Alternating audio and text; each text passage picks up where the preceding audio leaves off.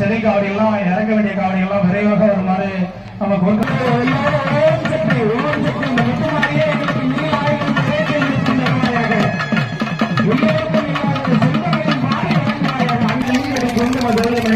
இருக்கின்ற மேனியின் அபிராமி என்ற நெழுத்துணையே ஆத்தாலே எங்கள் அபிராம வள்ளி அந்தமெல்லாம் அமையப்பட்டுள்ள இந்த புத்தாண்டை குளத்திலே சொத்தத்தில் எழுந்தருளி அம்பாள் அருள்புரை அன்புடன் கண்டுகிறோம். முத்துமாரி அம்மன் ஆயுதனுடைய